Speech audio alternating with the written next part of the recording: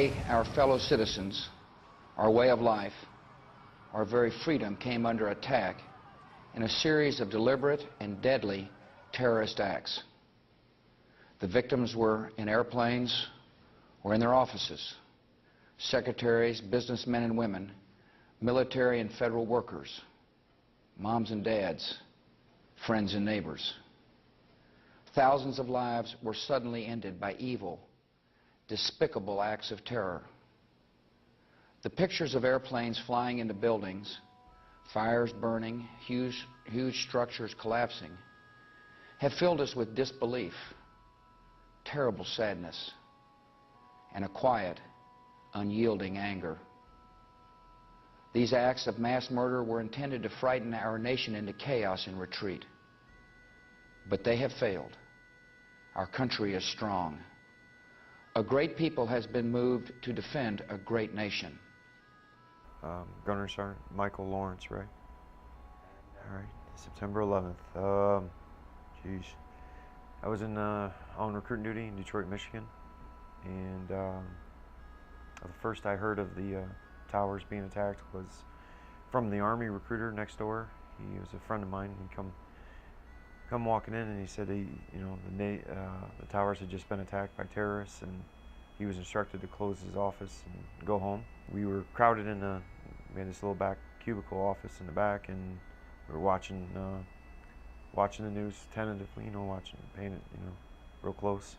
And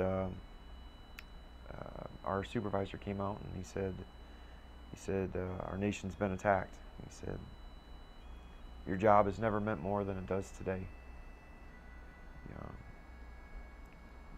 Call your families, tell them you're going to be home late. The President and the people of the United States are going to need more Marines.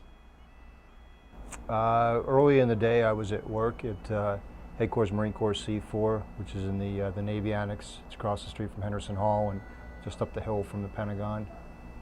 It was a loud noise. I guess it was when the plane flew over because we were on the Pentagon side. I had people coming up to me after the fact that knew that I was there, and oh, you're a hero, this and that, wanting to buy me, my wife and I, dinner at restaurants and things. And I'm like, yeah, we're not the heroes. So the heroes are the families that, are going to have to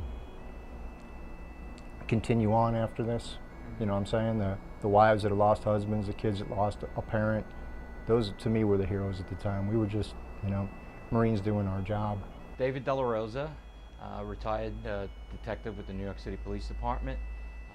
It impacted me personally because I was a member of the police department. I had quite a few friends that responded to the scene, and two very close personal friends of mine that were killed in the event. I think it's on the mind of everybody. It's something that just hasn't gone away. It was very traumatic. It was a huge event. Being from New York, being involved in the way I was involved in it, I know that I'll never forget. And all of my friends, we talk about it, that you should never forget those events. Always remember what happened and the lives that were lost.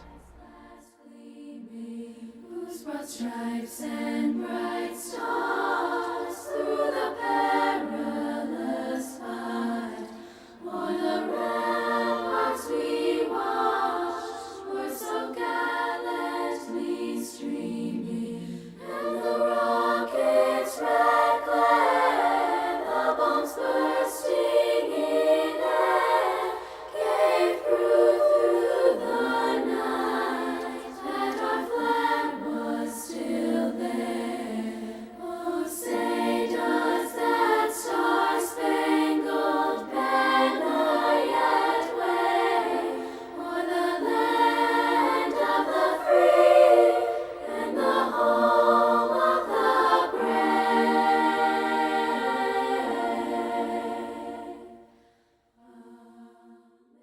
Terrorist attacks can shake the foundations of our biggest buildings, but they cannot touch the foundation of America.